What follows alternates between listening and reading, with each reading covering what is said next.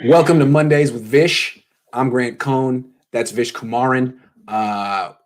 Really, nothing's been going on with the Niners recently, but some news happened today. We got to talk about it. First of all, the Teddy Bridgewater thing. Can you explain the report? Like, how solid is it in your opinion? Let's just start right there.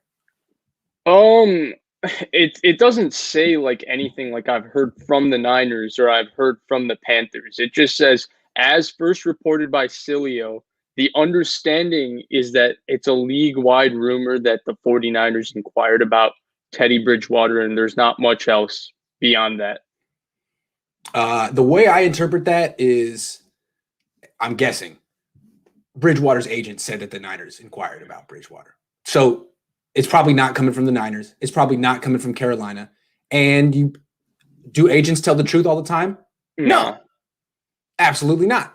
Does he have a reason? Who knows? So it could be true. It could not be. Because that's probably the thing, right? Because the thing is, what if Carolina inquired about Jimmy Garoppolo, and then they had a conversation about Jimmy Garoppolo versus Teddy Bridgewater? Just inquiring or had a conversation about is so vague. And so I don't think there's a lot you can take from it. But I think the topic here is, should they have interest in Teddy Bridgewater? So let's get to that. What do you think? Absolutely not. Absolutely not. Okay, this is a lateral move to me. They talked about upgrading. I know a lot of people think Jimmy Garoppolo is a lot better than Teddy Bridgewater.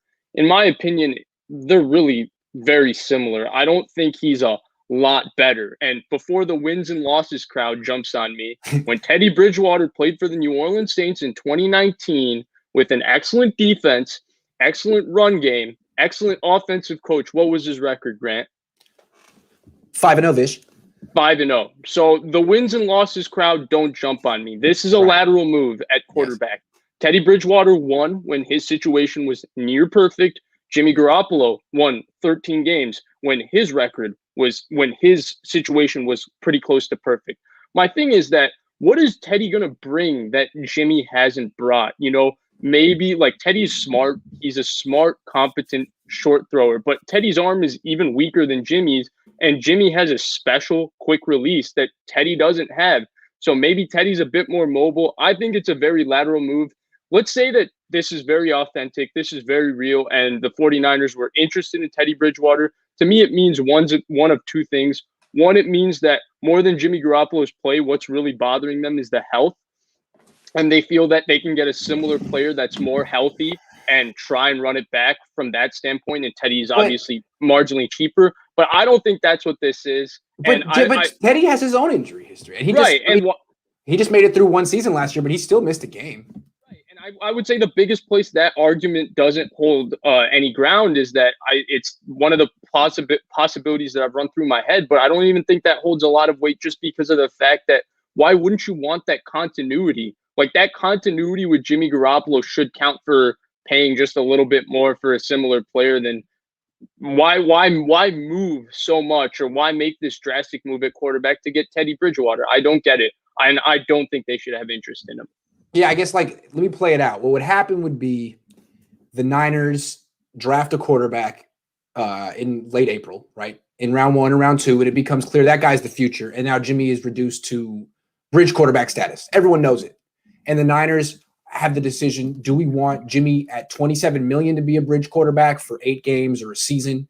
Or do we want to trade a pick or a player like Mike McGlinchey or someone like that to Carolina for Teddy Bridgewater and save $8 million? See, first, I think that's crazy even. Why consider if Teddy's a bridge, why give up anything? There are bridge quarterbacks available on this market. Fair enough. I think what it would be it would have to be a June 1 trade, because the Panthers would save $5 million that way, and the Niners would save $1.4 million waiting to move on from Jimmy Garoppolo then. So if they did wait till June 1, it's possible that the big 4 of the free agent veterans, Alex Smith, Andy Dalton, Ryan Fitzpatrick, Cam Newton, are gone by then. That's the thing. So what you're saying is that you're waiting on this situation where the 49ers, what happens is that they go into the draft with Jimmy Garoppolo, and then they realize, oh, crap, in the draft, we can get one of these guys that we really like. They go get that guy that they really like. And now, well, I'm saying I don't think they want to. I don't think they want to get rid of Jimmy Garoppolo before they get their quarterback, because you never know how the draft's going to break. And you don't want to like totally telegraph your intentions anyway. So you hold on to Jimmy Garoppolo until you get the replacement. That's the way I think it could go. Yeah, so I don't really love that either way, because even if I look at it, I told you before, unless you have a bridge quarterback that you're confident you can go to the playoffs with or you can win with, I don't understand the point of a bridge quarterback. Like, Kansas City had a bridge quarterback because they had Super Bowl aspirations with Alex Smith at quarterback. Now, you could say that the Super Bowl aspirations with Alex were maybe 5% or 10%, but I'm sure they really thought they had a chance that year. They'd gone to the playoffs the past years. They'd been winning the AFC West. They'd been a very good team. So I don't look at bringing Teddy Bridgewater into the NFC West in this division with this team and say the Niners can go to the playoffs. So I don't like the idea of the bridge quarterback. I'm very much against this whole notion of bringing in Teddy Bridgewater. Well, what if the draft pick is Trey Lance at 12? Would you just say start him from week 1? So that could be the guy. Yeah, so one, I wouldn't be like ecstatic about that draft pick from what I've watched so far, but I still would say just start him day one, only because I think that, look, if we're talking Teddy Bridgewater or Jimmy Garoppolo, the one thing Trey Lance from a throwing perspective, though he's got a strong arm, does is he's a good short thrower. He's very good between 0 to 5 yards, very accurate, good efficient footwork, quick release. He gets it out there quickly. The one thing he's not very good at this moment, from what I've seen, is he's not a good down the field thrower. He's not accurate intermediate, and he's not accurate down the field. And I think that's what you're waiting on improving. And I don't see the point, because Teddy Bridgewater and Jimmy Garoppolo offer little to nothing between 5 to 15 yards and 15 plus yards. So you're not losing anything there. And Trey Lance is a much better athlete and runner. And so I would, to me, they wouldn't be the ideal bridge quarterback, because what are they offering more than Trey Lance? Yeah, I mean, they're both guys who've had really catastrophic knee injuries. And the thing with Jimmy, real quick before we move on, I was just looking, I think you can really see what the ACL injury did to him. Before he hurt his ACL, he averaged about 8 yards per attempt in air yards down the field, which is up there with Patrick Mahomes, Kirk Cousins. It's very aggressive. Now it's like barely over 6, and it's been that way the last 2 seasons. And I don't know. I mean, we see it. He doesn't throw the ball downfield very well anymore. Yeah, and I think one of the things that made Jimmy special, and one of the reasons people who are high on Jimmy, is not just the 5-0 and the decision making. I think most people will tell you that it wasn't great even when he went 5-0. It was here and there. The first start of 2018, we all know, was rough. The Minnesota game, I mean, he threw the pick 6 when Bourne ran the wrong route in the Lions game, and still, but that was a rough game. From there he had really light feet. He moved well in the pocket, and he had a very quick release, and he always threw spirals. Now he pushed the ball not like 20 yards down the field, but consistently more than 10. And if you look at that 5-game stretch in 2017, he averaged like 9. His average depth of target in 2017 was 9 yards down the field. That's much more aggressive than what he's been the last 2 years. Yeah, I mean, he threw the ball into tight windows in the middle of the field. He really did. Yes, to Marquise Goodwin, to Garrett Selleck, to George Kittle, to a variety of different people, to Trent Taylor. And he made a lot of plays off schedule. I mean, he didn't offer a lot of this the last 2 years. So I don't know what his deal is. I mean, we've talked about it ad nauseum, how this ACL injury is just weird, wearing the brace, not wearing the brace, all of that. Clearly, there's part of it that's still in his head, because if you go watch him in 2019, forget all the play stuff. Anytime he takes a hit near that knee, he becomes jumpy, gimpy, and he starts becoming more erratic than he already is, and it's nuts. So I think there's something that it's still playing at in his head. I don't know if it's still there. It's a little crazy to me, because it's been 2 years. He's got to be able to get over it at this point. It's part of what his job is. So, Deshaun Watson had a similar thing. He's gotten over it. Right. But every athlete is different. So, real quick, this has been trending on Twitter all day. Alex Smith going to get released by Washington. Same question. Should the Niners have any interest? I mean, they wouldn't have to trade for him. They could just sign him. And I don't know, maybe he would be willing to sign a cheap deal. Maybe it would mean something to come back to the Niners. I think his wife is from out here. Okay, so let's say the case is that they draft a quarterback. then I'd be a lot more in tune with getting this guy. And it's not even about him starting. I think it's been well documented how important he is in terms of teaching guys how to be a professional and helping them prepare. He's really smart. I mean, Dwayne Haskins complimented how much he helped him. Patrick Mahomes and Andy Reid have gone on and on about how Alex Smith helped Patrick Mahomes become a professional. So I wouldn't mind signing Alex Smith from the capacity that you don't expect him to play, but you have him coming into your building and helping a young guy prepare, kind of like what the Jets did with Josh McCown for Sam Darnold. The Eagles had somebody with Carson Wentz. I forgot who it was. They had an old veteran guy there to do a similar thing. So from that standpoint, I think that he would be helpful. He wouldn't have to play, but he was it Sam Bradford? The little things. No, because they traded Bradford to the Vikings in preseason. Yeah, you're right. Yeah. I think. Yeah. I would have interest in Alex Smith at a certain price because I think he's kind of the ideal bridge quarterback in the sense that not too expensive, provides leadership, provides mentorship for the young quarterback. That's documented. Kaepernick, Mahomes, and he wins while he's the placeholder. I mean, what more can you ask for? Yeah, I mean, I don't know if he can make it through a season healthy. Like this season, his legs seem to give up. It was a little scary to watch Alex Smith play. I'm a fan of Alex Smith. So it was a little scary to watch him play because I was hoping he didn't get hit. Nobody wants to see him get hit or get injured again. But if he's still interested in playing, that means he's still ready to prepare and ready to do whatever he can to help his team win. And I think that he would do a lot of good for any young quarterback, preferably Justin Fields or Zach Wilson. Yeah, and the thing about his leg is that like it's been totally reconstructed, and it's not like he got knocked on it again this year. It just the calf tightened up, and it was just no longer usable, right? So who's to say that won't happen again quicker? Right. So that's scary. But and also, who's to say he would want to come back to the 49ers? He might want to actually still play. He might not see himself as the caddy, the bridge. I think a team like New England might be interested in him. He fits what they do offensively. He's very smart. And I think they're into the Moneyball approach at quarterback anyway. If they, again, I mean, the injury thing is what'll determine it, but I think they might be interested. I'm intrigued that they haven't been linked to any quarterback, Vish. What are they going to do? No one cares, but I'm interested. So I think that they're going to end up, I think for them, it's three roads that they're going to take. It's going to be Stidham, another mid-round rookie competing for the job. I think it's going to be Stidham and Cam, and then I think it's going to be Stidham and Jimmy. But I don't see them overly enamored with going out and paying a price. And obviously, we know I don't think Deshaun Watson wants to go there. We haven't seen anything like that. I don't think they have an interest like that. So I don't see that. Okay, this is our last topic of the day, and then this is really the last thing we have planned, and then we'll just take some questions or we'll just freestyle because there really isn't a whole lot of things. We feel like we've talked about it all, or at least the two of us have. So if you want to help us out, and you don't have to even donate, we'll be looking through just desperate for topics. But this is the topic we have right now. Vish, what do the Niners have to do to not finish last in the NFC West? I don't know if you've noticed, but the Niners have finished last every year in the NFC West since they got rid of Harbaugh, except for the year they went to the Super Bowl. And 2018, the Cardinals were 3-13 while they were 4-12.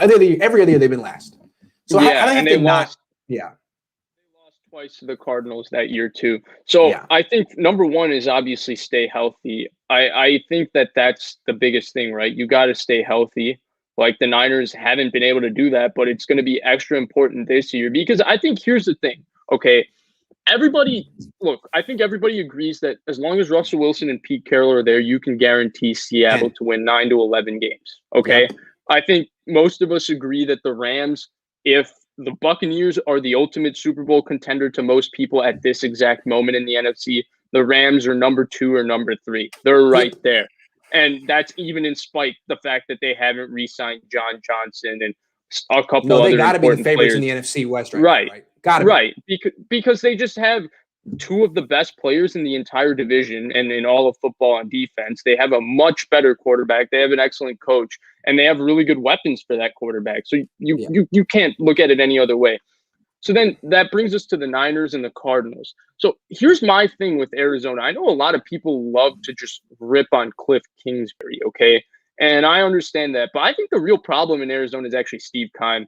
Steve Keim's a horrible general manager. People don't talk about it enough, because he's had a couple flashy picks like Buda Baker that have hit. And then he's had a couple of signings and trades like the Chandler Jones trade that have kind of been okay. So people say, okay, he's not bad. But I know this is a topic. I don't want to get too much on a tangent, but we've talked about this with Sam Darnold. How has he been put into a situation to succeed? Well, people were asking that question about Josh Rosen, and all the Cardinals did was hire Cliff Kingsbury and draft Kyler Murray, and the entire trajectory of their franchise changed. And if you want to talk from a weapons perspective, who did Kyler Murray have? I know Larry Fitzgerald's a great name, but Larry Fitzgerald hasn't been but Christian Kirk, Jamison Crowder.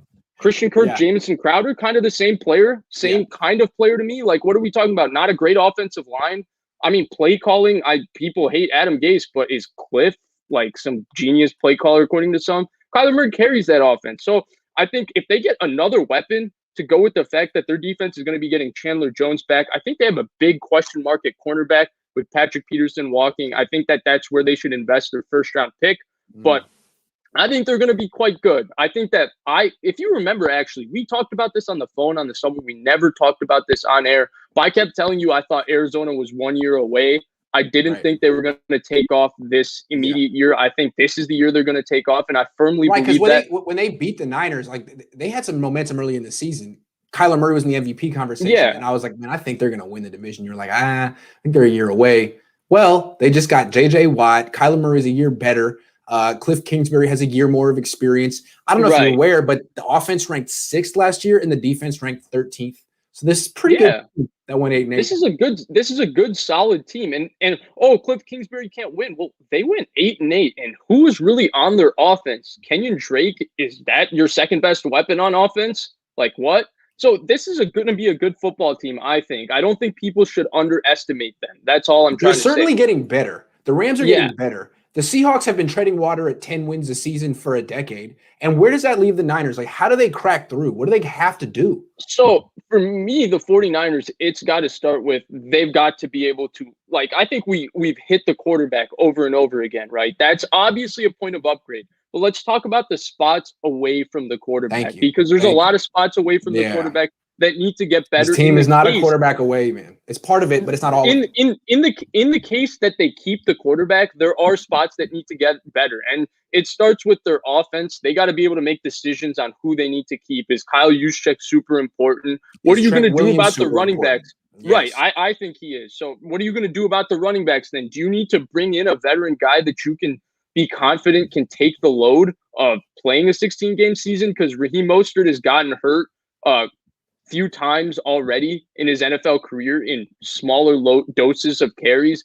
Jeff Wilson has gotten hurt in his career. So you need somebody at the running back position. Shanahan can make it work with everybody, but you need somebody back there to run the ball. So they need somebody like that. And then get to the defense. I think that there are question marks. Let's say Jaquiski Tartt walks. What are you going to do at safety? I don't think you can start with Tarvarius Moore. How good is D'Amico Ryans? That's a big question mark. Cornerback position. Well, if Jason Verrett's gone, then what are you going to do at cornerback? You can't walk into a season with Emmanuel Mosley and a rookie as your starting corners. So I think there are a lot of giant question marks that this team needs to answer from that standpoint. I think the first thing is they got to stay healthy. That's the most important thing. But to not finish 4th, they got to make a lot of decisions. We've talked about this ad nauseum. There's 30 decisions Kyle Shanahan and John Lynch need to make that is going to define the rest of their tenure, whether it's a long-term thing at the 49ers or whether it's 2 or 3 more years with the 49ers. And it's all coming in this offseason, and they got to be right on 66% of them. They got to be 20 out of 30. They can't be 15 out of 30 this offseason. I just don't see how the Niners get significantly better. I mean, Nick Bosa's coming back. That's great. That'll help if he's not on a snap count. Brandon Ayuk could continue to improve. Deebo Samuel could have more. I mean, if they just have the healthy squad back, that would help. But still, I don't think that's enough. To me, as long as Jimmy Garoppolo's on the roster without a renegotiated deal making what he's making, they're just not going to be able to significantly improve the roster in free agency. So that means they're going to have an amazing draft and hope a lot of rookies become impact players, which generally doesn't happen. Usually, maybe you get one rookie who's an impact right. player. And you can't. This isn't 2019. People need to get that out of their head. The 49ers, even with everybody coming back and being healthy, are a worse team than they were in 2019. That's just a fact. Okay, there's no DeForest Buckner. There's no few other people. There's no secondary. Team. Yeah, Richard Sherman isn't what he was in 2019. All of that. Okay, so there's that giant question mark. 2, this division is significantly better than it was in 2019. Seattle has a better defense today than they did in 2019. That's just a fact. And if they bring back KJ Wright, it's still going to be a good defense like it was the second half of this season. Carlos Dunlap was a big deal for them.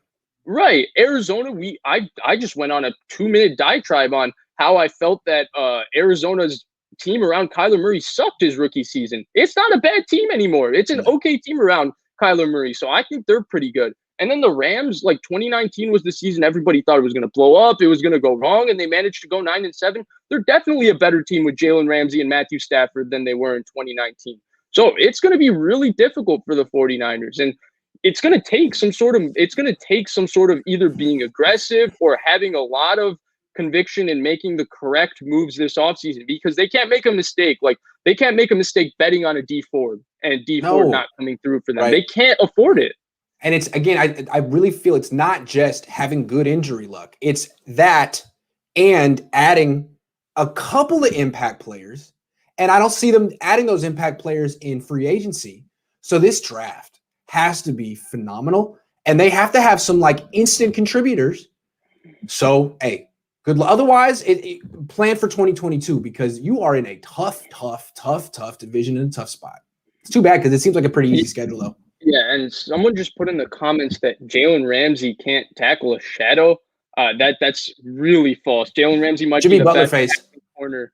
Jalen Ramsey might be the best tackling corner in the NFL. He's a phenomenal tackler.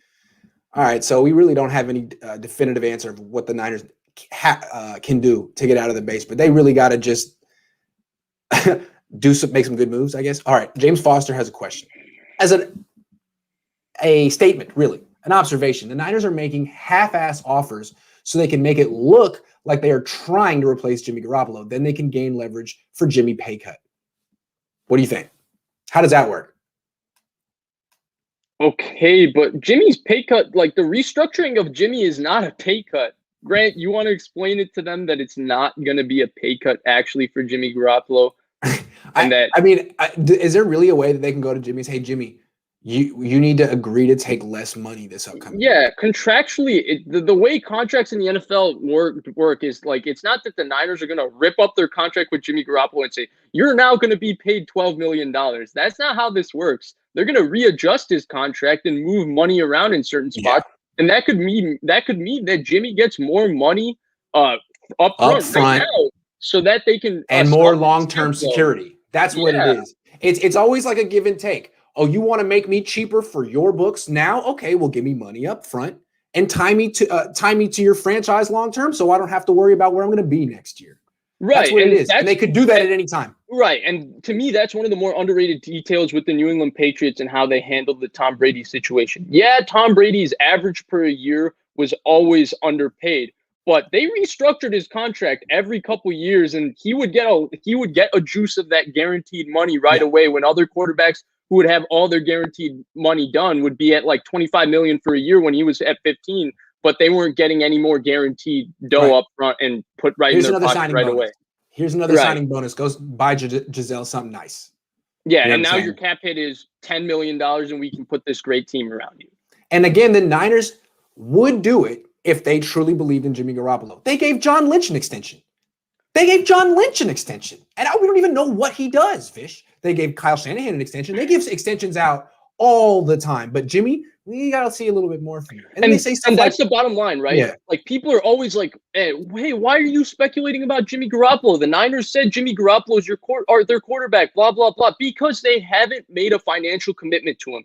And here's the bottom line. If Jimmy Garoppolo is your favorite player on the 49ers, then mute Twitter, mute all media, because even if the 49ers, here's what happens. Even if they don't draft a quarterback, they don't trade for anybody, and Jimmy Garoppolo's the quarterback day one in training camp. After June 1st, let's say Atlanta picks a quarterback. Now, Matt Ryan to the 49ers is going to be a giant speculation. Until he's starting day one, because they're not touching his until contract. The trade deadline. Until the trade Right. deadline. Yeah. It's going to be, or unless he plays great, like just great the first 6 games, and then people are like, oh, Jimmy's the guy. But you know what they'll do? Then Then they'll extend his contract. Right. Yeah. Then they'll give him another $137 million contract. Because all it takes is a 5-game stretch. So that's the thing, right? And I talked about this on a Niners Nation podcast with Rob Guerrera. Check it out if you can. But we discussed this, and the bottom line is that they have to make a move at quarterback sometime. It's got to be either commit to Jimmy or move off of Jimmy, get somebody else. You got to be committed to somebody. You can't continue this trend of what you're doing. I don't know what you mean, Patrick, but I think he DM'd you answers to what I was asking. What was I asking? I'll have to check my DMs, Patrick, but I appreciate your generosity. He's sliding in, Grant. Sliding. That has a different connotation in the Bay. People get hurt when they're sliding in the Bay. But anyway, so what else are we talking about, Vish? Do you have any other thoughts on these quarterbacks? Because I've been watching more of them, and I've been watching a lot more Justin Fields, and he scares me. But physically, I think physically he reminds me of like Steve McNair, which is great.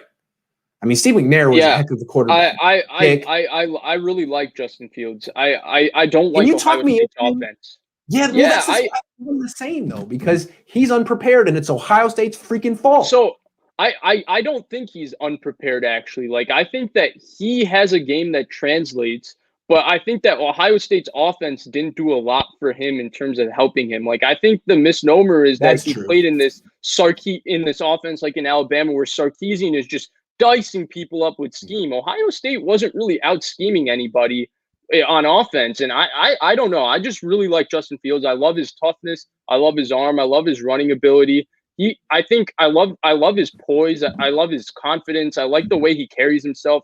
There's just something about him that I like. And I think the big draw for me with Justin Fields, and I think this is one of the harder things to do in the NFL, and the reason you like guys like Justin Fields and Zach Wilson, is that they're proven accurate throwers intermediate and down the field. And that's something that translates, in my opinion, to the NFL if you can do stuff for them in terms of processing, which I expect Kyle Shanahan will, and open up those throws. Because if there's a 20-yard out there to be hit, Justin Fields isn't going to miss it. He's very accurate at throwing a 20-yard out. He's very accurate at throwing a 40-yard go ball. He's very accurate at throwing a 50-yard post. And these are things where somebody like Trey Lance scares me, because he's not proven, even though he's really accurate at throwing slants and quicker passes and throwing it out to the flat, all things the Niners do with Jimmy Garoppolo. He hasn't proven that he's very accurate throwing 10 to 15 yards and 15 plus yards down the field. He's got a couple great throws, but he's also got misses that nobody puts on Twitter so people don't see them, So I just think with Justin Fields, the down the field accuracy, to me, like, this is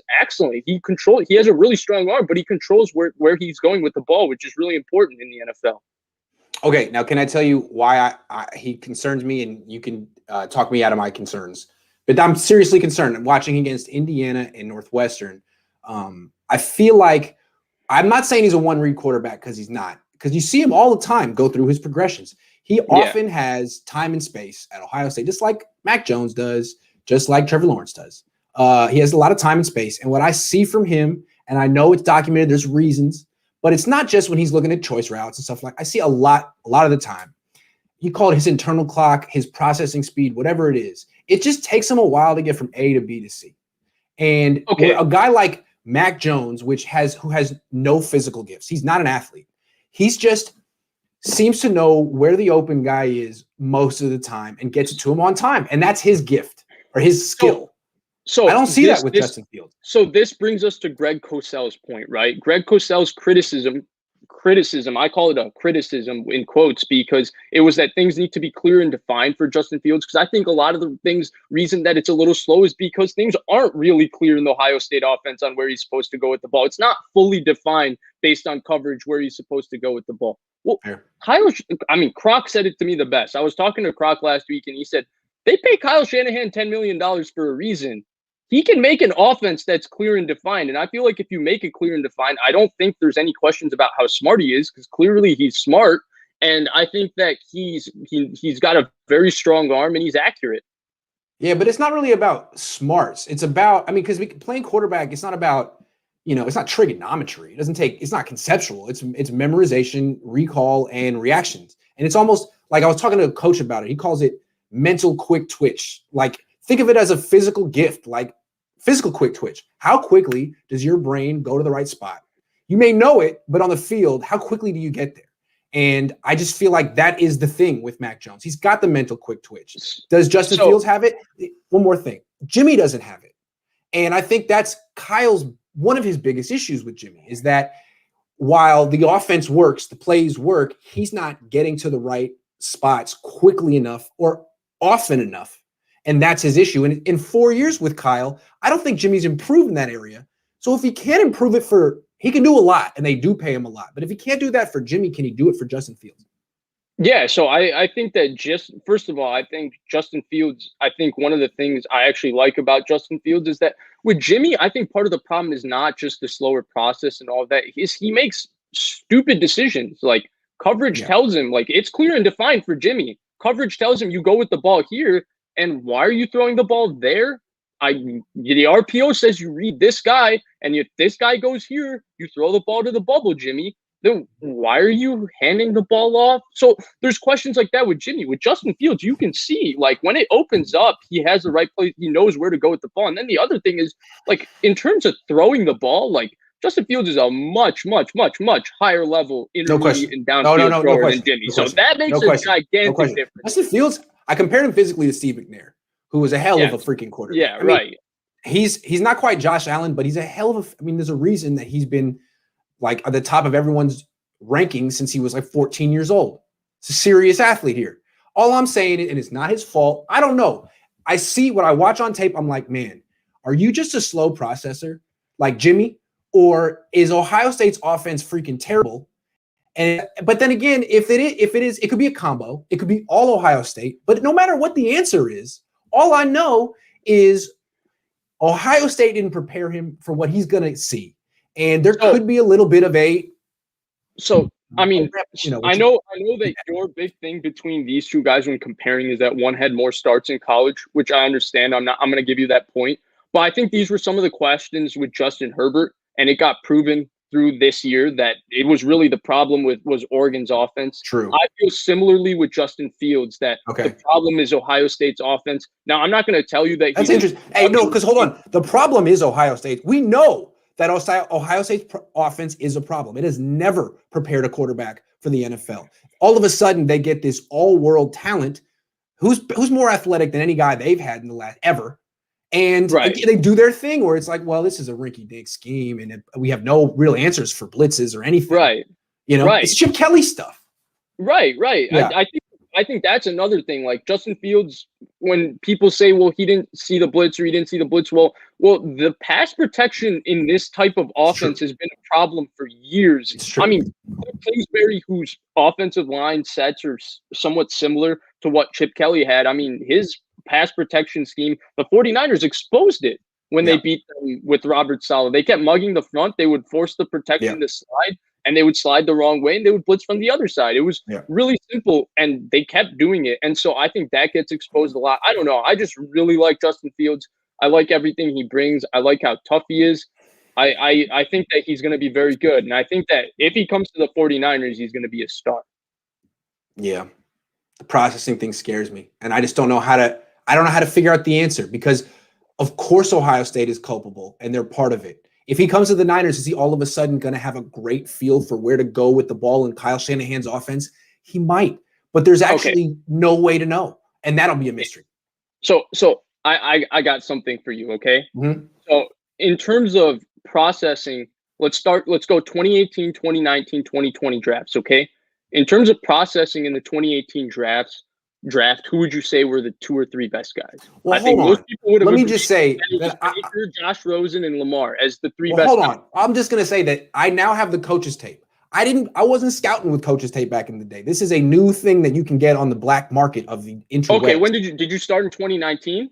No, I didn't watch coach's tape of Kyler Murray and Baker Mayfield. Now I actually get to go see who's open and who's not on any given. Okay, because I was going to point out that, look, with Kyler Murray, processing was a little bit of a question, but he played in a great offense with Cliff Kingsbury. And we're talking about a physically ridiculous talent. With Justin Herbert, kind of Kyler Murray doesn't. He passes up open receivers all the time. You can see it on the coaches. Kyler Murray does his height is a problem too, where yes. you don't know if he can actually make that throw with 3 people around him because he is 5'10". Yes. But you know how I feel about Kyler Murray. Yes. I'm a big Kyler Murray fan. He's the most athletic quarterback yeah. in the league. His height doesn't matter. I mean, it matters, but that doesn't change how quick and strong-armed he is. It doesn't change that.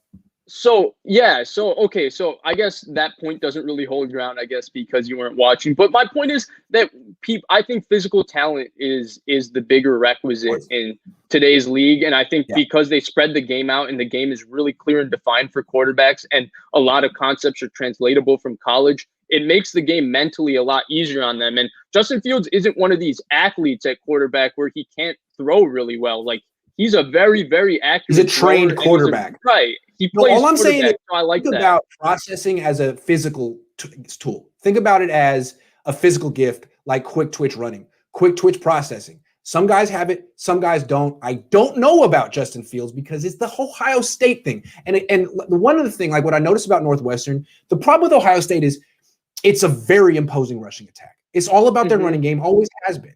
And so these Big Ten defenses are like, well, what are we going to do?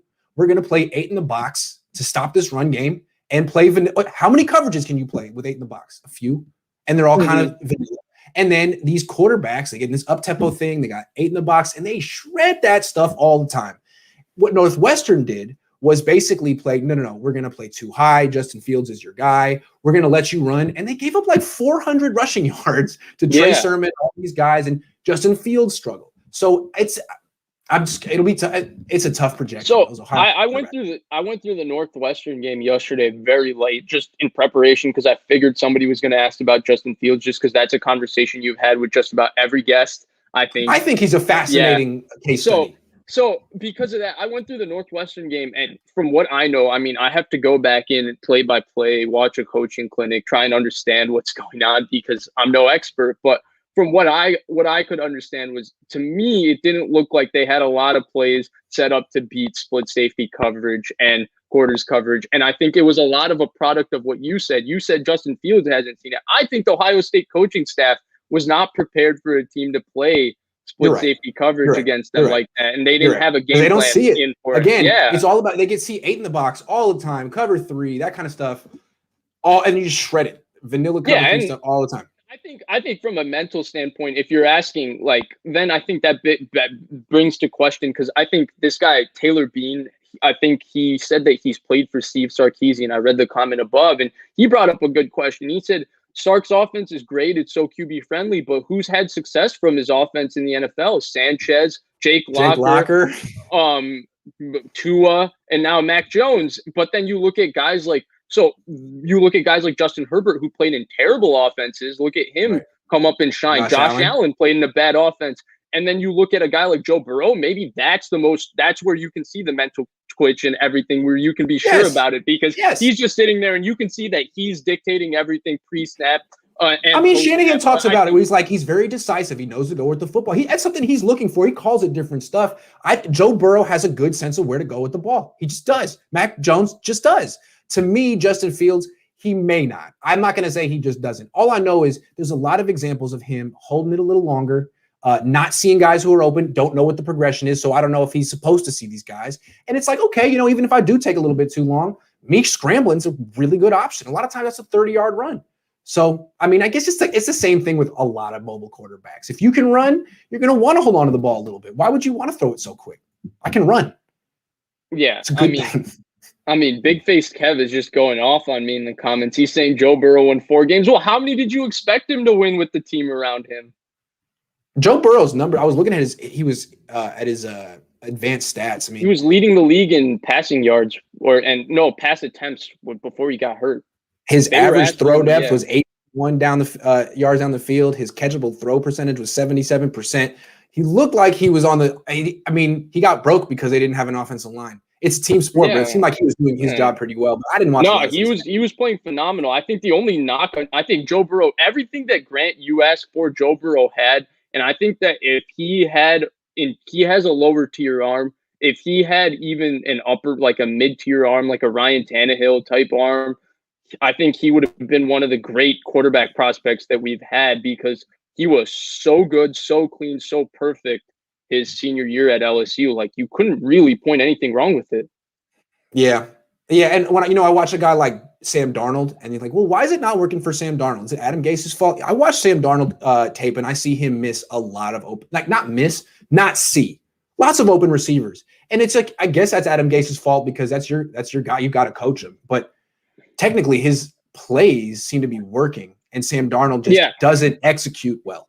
So he's a problem, right? Because ultimately, if your plays are working and your quarterback's not executing them, well what are you going to do for your quarterback to execute them? Do something for him and all of that. And Sam Darnold's played with bad offensive lines, all of that. So there's a lot to it. But yeah, I don't want to get into Sam Darnold. I think I've documented my thoughts on Sam Darnold many a time.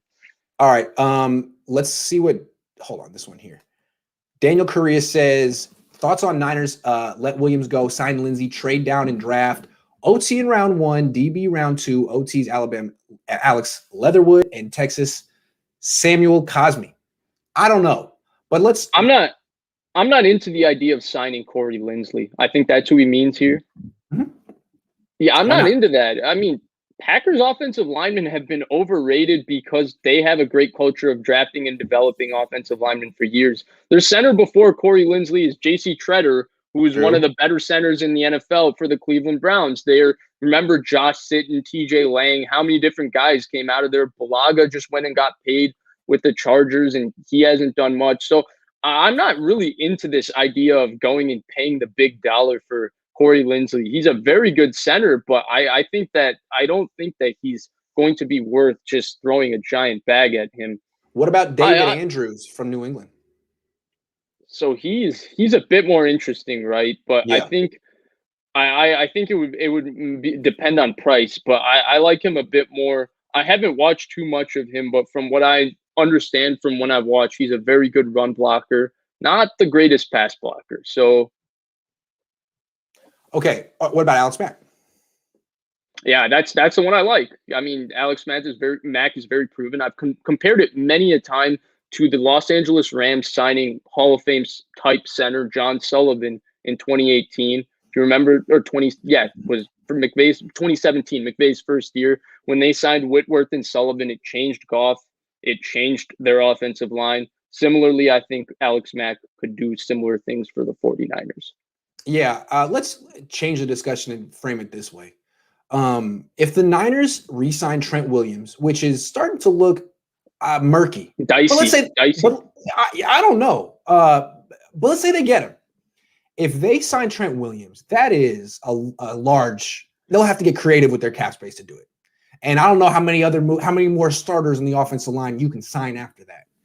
So where I'm coming from, and I'm not trying to tell you what to think. I'm more asking where you're coming from, but hear me out.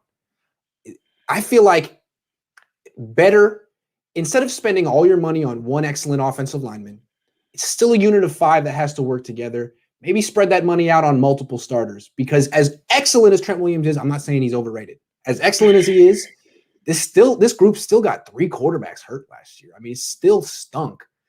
You can find a lot of offensive lines with one good left tackle who don't get the job done. What do you think?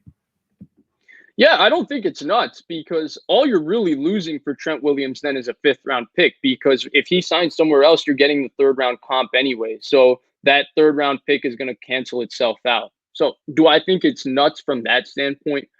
No, but I think the big thing is, and I was listening to Chris Sims talk this morning, and he said Kyle Shanahan puts more on his left tackle in terms of what he asked him to do in pass protection on an island and what he asked him to do in the run game than any other position maybe in the entire NFL. And it holds true if you look at the left tackles Kyle has coached. It's starts with Dwayne Brown in Houston, who's close to a Hall of Fame player. Joe Thomas, who is a Hall of Fame player, Trent Williams, who is nearly a Hall of Fame player or a Hall of Fame player. We're talking some of the best left tackles of the era he's coached. So I think the big thing would be, who are you getting to replace him? Now, if you're telling me that replacement is going to be, I mean, I haven't really looked at them yet, but people seem to say that this tackle draft is almost as good as last year. When last year I thought Jedrick Wills was generational, people seem to think that Penei Sewell, Rashawn Slater, and Elijah Vera Tucker are also all very, very, very good prospects. Mhm. So if you really like one of them, go get one of them and Yes. get Mac and do it like that, then sure, I'd be all in for it, because you're really not losing that much from Trent Williams walking, because that 3rd round pick you're going to get back because he's going to get a huge amount of money on the open market. Yeah. So, Oh, I mean, 10-year player. Oh, yeah. So I thought it seems he was. Oh, he was drafted in 2010. My bad. For some reason, I thought he was drafted in 2012. Oh, so you lose a 3rd round pick. It's not exactly the same. So yeah, no, that's not the same. Okay, that changes my entire line of thinking then. For some Mhm. reason, I thought Trent Williams was drafted in 2012. My bad. I'm sorry about that. So then I think you got to do what you got to do to bring him back, because it's tough if to you're not, swallow. yeah, it's tough to swallow what you gave up for him and then just letting him walk and not Yeah. being better at that spot. Yeah. I mean, did the Niners essentially do that with Emmanuel Sanders? Did they get a comp pick for him? Yeah, they did. They got a They 5th, did? right? They got a They're getting a 5th? 5th this year. Yeah. Okay. Okay. All But right. Well, with yeah. I just but at if least they could with get Sanders, Alex Mack and some really good Brandon Scherf for the price of Trent Williams, and then get a rook, put Slater at left tackle, put Brunskill at left tackle. I don't think know. I think Scherf is going to reset the Yeah, guard market. I probably. really think so. This is one Probably. of the best Yeah. guards in the NFL. Yeah. Yeah. Yeah. All right. Well, Last Second Sports says, Vish, what is your perfect offseason? Walk us through your plan. I'm curious. Can you do it? Yeah. Wow. Last Second Sports really put me on the spot. Let's Jesse see. Naylor. So I haven't worked out the money perfectly yet, Fine. all of that. But the guys I would like to bring back this offseason for the 49ers, for me, it's obviously Trent Williams, obviously Jason Verrett, and I would bring back Jaquiski Tartt. I'd let Kyle Juszczyk walk, depending on the price, just because I think he's a piece that the Niners can do without if other people step up. Now, is He's he the same price gonna, as Jaquiski Tartt, but Tartt yeah, plays 100% of the snaps when he's not hurt. And when he's not hurt, and Juszczyk yeah. plays 35. But Juszczyk, I mean, prior to this season, Juszczyk has also missed considerable amount of time every single season when he's been on the 49ers. He's had a 3-game or 4-game injury that he's missed. So we're not talking about a fully healthy, we're not talking about 100% of the time versus Tartt, who's like 70% of the time. We're talking 85 versus 70. And so I would go with those three. I think that Tartt and Ward's versatility would help D'Amico Ryans a ton in terms of what he can call and what he can't call, because he knows he has 2 players in his back end that can do just about anything and everything, and their experience and smarts. So I would be set with those 3. Then when it comes to the draft, look, I would just cut ties with Jimmy Garoppolo. I don't like the idea of paying him that much money. I know he's a pretty good player, but I just think you can't keep guessing on his health. And I mean, I'm not even sure. Like, there's been reports that they're not even sure if his ankle is 100% right even now, which makes me a little scared. And so I would just cut Jimmy Garoppolo, let him go sign somewhere else. If he wins a Super Bowl somewhere else, that's fine, because guess what? It just wasn't working in the way you wanted to work with the 49ers. I would sign somebody, whether it's an Andy Dalton, whether it's a Ryan Fitzpatrick for $5 million. And then I think you're pretty much set, I think, with a pretty solid team all around, because you have Verrett back at corner. I'd make a move to get a starting caliber corner. I've talked about Shaq Griffin, Kevin King. I know everybody hates them, especially Kevin King, because his bad moments have been so documented. But we're talking about a guy that's going to play a lot more zone defense than he played in Green Bay, and he's going to have the opportunity to play and just compete for the second corner job. I'd have Emmanuel Mosley play in the slot, so that would be my 3 starting corners. And then I'd just make a move and go get Zach Wilson or Justin Fields. I really would. I think that at that point, you're probably building the best roster you can for 2021. I'm not a big fan of the idea of I'm okay with the idea of Mac Jones. I'm lukewarm with the idea of Trey Lance, but I'm very excited about the idea of Zach Wilson or Justin Fields. I would go get one of them. And that would be what I would do in the offseason. So I think the offense would be okay. I think it would be pretty good. Because at this point, I'm not even 100% sure that outside of Deshaun Watson or Dak Prescott, the 49ers are just going to win 11 to 13 games. I'm really not sure. But if you're going to win 7 games with Justin Fields, I think that's better than winning 7 games with Jimmy Garoppolo or winning 8 games with Jimmy Garoppolo, because at least you have some prospect to look to the future with, So that's really where I'm at. How high would you trade up? You trade up to number 2 for Zach Wilson? No. What is the sweet spot? Number 7 with Detroit? Kind of like what Mel Kiper was saying? 4 to 7. 4 to 7 would 4 do to it 7. 100%. Yeah, I would. I mean, and who would you prefer? Who would you prefer? Wilson or Fields? I think I prefer Fields at the moment right now. Oh, wow. Well, that works out for you because it looks like Wilson's going to go. Yeah. The way I'm seeing it is it's going to be Lawrence, Wilson number 2. I don't know if it's to the Jets, but Wilson probably number 2. I'm thinking Mac Jones probably number 4. No later than number. His stock keeps going up. Yeah. And then I'm thinking Fields right after that, maybe all in the top 8, with Lance being the guy who drops to the Niners at 12. Yeah, I think we're going to have 4 top 10 quarterbacks. I know I wasn't really convinced on anything I was doing when Last Second Sports put me on the spot, but I am confident. I think there's 4 quarterbacks that are going to go in the top 10, and I think it's going to be those 4. Yeah, those 4. That's what I'm guessing. I don't know 100% because I obviously am just saying this as a guess, as being a fan, right? So I have no idea. Jordan Love fell to the mid-20s, and so could Lance. I mean, honestly. Yeah, and honestly, so much can change, right? This is combine time, so there's speculation. We still got to go through the pro day speculation. Jordan Love, I mean, he went from a 2nd-round pick to a 1st-round pick to people were mocking him to the top 10 to people were thinking 12 or 19 with the Raiders was his sweet spot to ultimately people mocking him in the 20s, and then he went in the 20s. So we're going to see a lot of movement with these guys. I think the ultimate thing is that I think Justin Fields, Zach Wilson, Mac Jones, and Trevor Lawrence will end up being top 10 picks.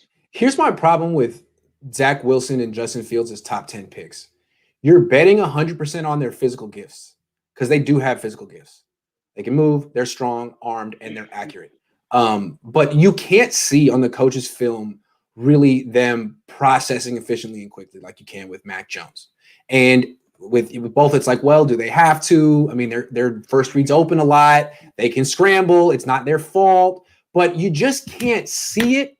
And it's a bit of a projection. And you're really betting on those athletic traits. And he's, to me, as athletic as Justin Fields and Zach Wilson are, they're not Josh Allen, Kyler Murray, upper echelon athletes. They're a tier below. So, Grant, as Mel Kiper said, you got to anticipate that progression because this sounds a little bit like Kyle Shanahan in the 2017 draft. Well, I saw CJ Beathard do things that translate to my offense. I saw him be in the huddle. I saw him under center. I saw him go play action. So I don't need to project that he can do things. And there's this guy, Patrick Mahomes. Well, he's just running around in the Pac-12 and making all these ridiculous throws. I don't know if he can process. Well, turns out he can process, and he can process with the best of them to go with the fact that he can make all these ridiculous athletic plays. Same thing with Deshaun Watson, which brings me to the fact that I think that no offense really, I mean, maybe besides Steve Sarkisian, because Steve Sarkisian could walk into the NFL and be better than I think almost like 85 to 90% of the offensive coordinators in the NFL. I think he's that good as a game planner and an offensive coordinator. He's really well regarded. So I think from that standpoint, and I mean, so I just wanted to say that. And I think besides that, really prepare a guy for the NFL. I think part of it is the coaches really adjusting themselves and adjusting what they do to help the college player out. So I think that I just think that projection, I understand what you're saying. I really do. But I'm not writing them off. I just feel like it's hard. It's just hard. And I understand what you're saying as well. Yeah. And you'd like to be able to see it. And the CJ thing is interesting. Like, who cares if the dude's under center? He can learn that. You know, that stuff is so overrated. Like, you see, like, oh, Trey Lance, look at him. He's under center. He's executing a concept. Like, whatever. He can learn that. What I'm talking about is mental quick twitch. I think that's a trait. I think it's a physical. That's all I'm saying. Fair. Yeah. Absolutely fair. And, Yeah. just the Trey Lance point, it's funny because there was a mock draft yesterday that I was tweeting about because I was a little bored at night and I saw it. And people said that, yeah, I did say it because Chris Sims said 4 top 10 QBs. Absolutely. When he said it, I said, okay, there's 4 Chris going in Sims the like top Max 10. Jones, likes Mac Jones. Does he? Yep. That's what I heard. Geez. I thought I heard he was I did saying hear this him stuff say about Mac 4 Jones. top 10 Yeah. QBs. Well, I might have to change my tune on Mac. No, I'm just kidding. I don't think I would take Mac Jones in the top 10. That's just me. But I wouldn't take it. I'm still on Kellen. I still like the second round spot. I really like Kellen Mond. I'm on what were we talking about? I don't know. Barry Baller says Zach Wilson is a swag baller. Dude has confidence. He really does. I like that. Baller. He does have a ton of confidence. He really does. Yeah. What were we talking about with Justin Fields and Oh, you were talking about Trey Lance, about how everyone says he fits. Oh yeah, I tweeted it. I was like, if they take Trey Lance over Justin Fields solely because they've seen him under center and run a few translatable concepts out of play, that's the same mistake. My mind, because Justin Fields is just a better player than Trey Lance, and if Justin Fields can't execute those play action concepts that Trey Lance can, well then throw him out of your offense because he's just a better football player. Teach him. Than Trey Lance. Teach him. It's teachable. It's freaking teachable. No, I agree with you on that. I do. And like just showing him in a type of offense, when you're just scouting the coach, then the scheme, that has nothing to do with it. You're scouting the offense, not the player. Yes. So I'm with you there. I just think it's so interesting that Zach Wilson, Mac Jones, Justin Fields, they're right all around each other. And Mac Jones and Justin Fields couldn't be any more different. Mac Jones is not an athlete. He's not an athlete. He doesn't even look like he lifts weights, but he actually has the mental side of the game down. Maybe it's because he's got a great offensive line, but so does Justin Fields. You got to give Mac Jones his credit. Yeah. So I like Mac Jones. I think I like him more than Trey Lance from what I've seen so far, but I don't think, to me, there's a gap for me. It's Lawrence, Fields, Wilson, and then there's a gap, and then there's Mac Jones, Trey Lance, and the rest of them. Well, you're betting on those traits, and I feel you're betting on those traits and that upside, and that's fair. That's fair. If I felt comfortable that Zach Wilson could execute an offense and it was just, he could do whatever he wanted at BYU. Like he's up for the challenge, and so is Justin Fields. Well, then great. I have no questions. Then great. Prince KO says, could the Bridgewater news mean the Niners are willing to downgrade quarterback for cost savings and have a less injury-prone player use money to keep free agents? I was with you until you said less injury-prone player. I mean, Teddy Bridgewater, my God. No, he's had some absolutely injuries. Not. Absolutely not. They would cut Jimmy Garoppolo if they were ready to do that. Because there's downgrades and cost savings and less injury-prone players available in free agency currently. Yeah, so I don't think it's that. Also, I'm telling you. Well, I think the thing is the Niners actually do save $1.4 million in salary cap space if they wait until after June 1. I think that's significant for a team that only has $13 million in a league where everyone's really up against it. I think they'll wait. I think if they do move on from Jimmy Garoppolo, it'll be after the draft, after June 1, after it's so clear that they've moved on and there's an heir apparent. And I think that's the move. I think that's when it happens, if it happens. Yeah. I don't know who Taylor Bean is, but he played for Sark, and he keeps saying that Sark is the best offensive coach he's ever played for. I mean, I believe that.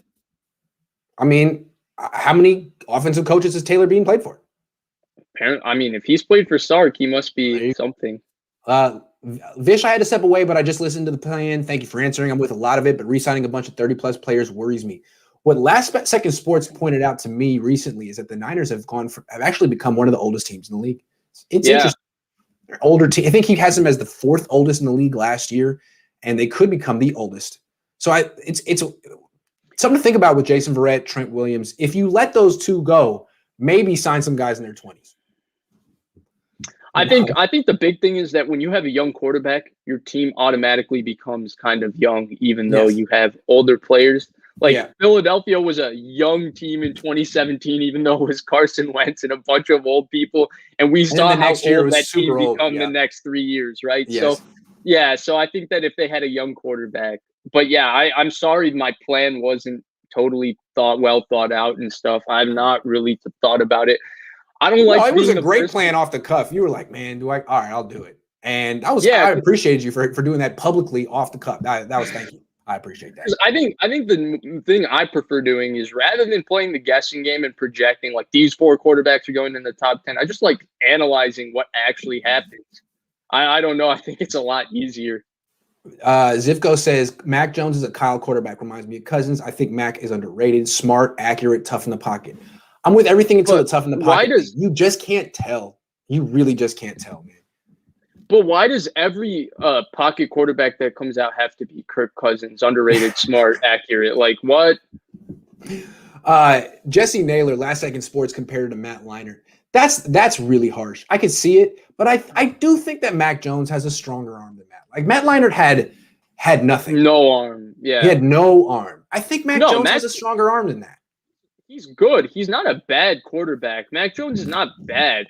The question is, do you want to spend a top 10 to 12 pick on Mac Jones? I personally don't want to. I didn't want to spend one on Tua. Why would I want to spend it on Mac Jones, who to me is similar to Tua? I guess if you like Tua better, you like Tua better. If you like Mac Jones better, you like Mac Jones better. I don't think anyone likes Tua better these days. I don't think anyone likes Tua better these days. Okay, yeah. So see, I'm the same way. I don't feel comfortable with Fields or Wilson in the first round. I'm on my own on there. I just feel like I'm not with you there. All my favorite quarterbacks in this draft are in round 2 because of various reasons, including value. That's just how I feel. But I mean, the quarterback position's gonna be overdrafted anyway, so that's just a fact. But in my opinion, if you're giving up resources like Deshaun Watson was the 12th pick in the draft, Patrick Mahomes was the 10th pick in the draft. So if you're picking in that range, Josh Allen was 7th, then I only want to take Lawrence, a Fields, or a Wilson. That's just my take on it. All right. And that's not that I think Jones is bad or that I would take Jones in the 20s. I would take Jones. Yeah, I would take Mac Jones in the 20s. I don't love. You just want that high end physical gifts. You period. Yeah, I do. That's me. Period. Okay, that's fair. That seems to be the trait, right? That the trend right now in quarterback scouting. Like, don't overthink it. Bet on traits.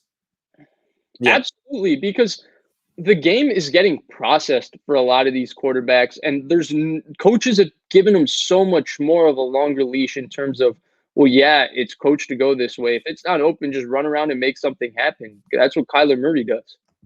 I wasn't trying to take a shot, Taylor. I mean, I didn't play for Sark. No, it's actually super cool though. Like, I'm sure you have a lot of experiences to share and stuff.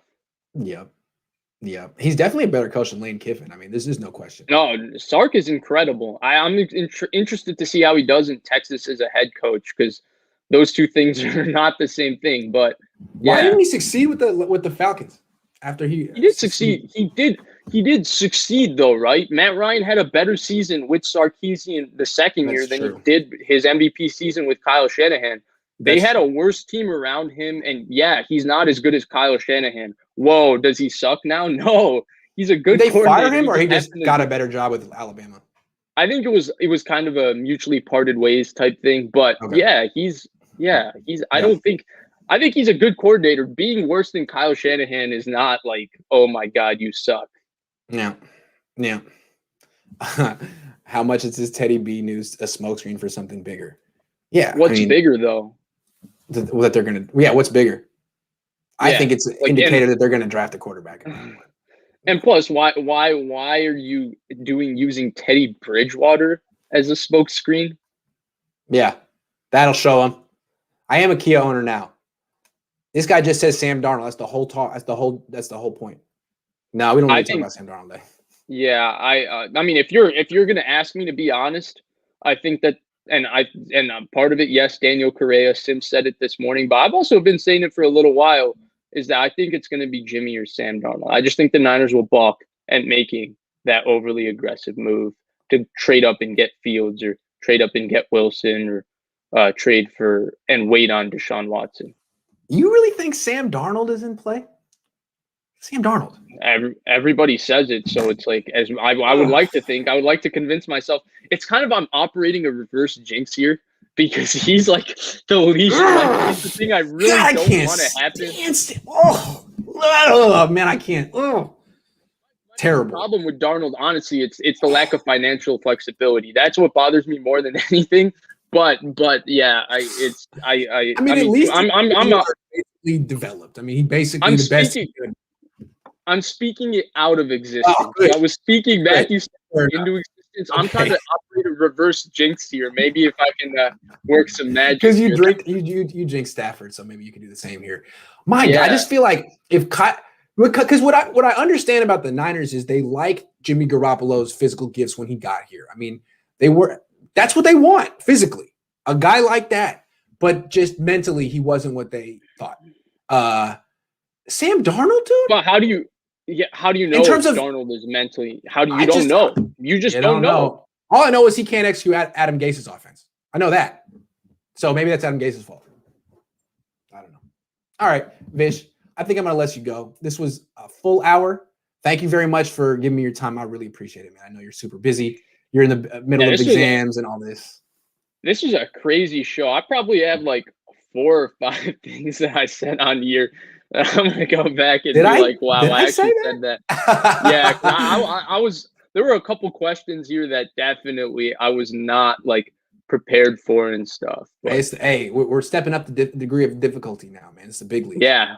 This is I don't want to – it's not my thing to announce, but Vish and I are going to be on something tomorrow night. So watch the interwebs, Twitter. There'll be an announcement after work-ish time.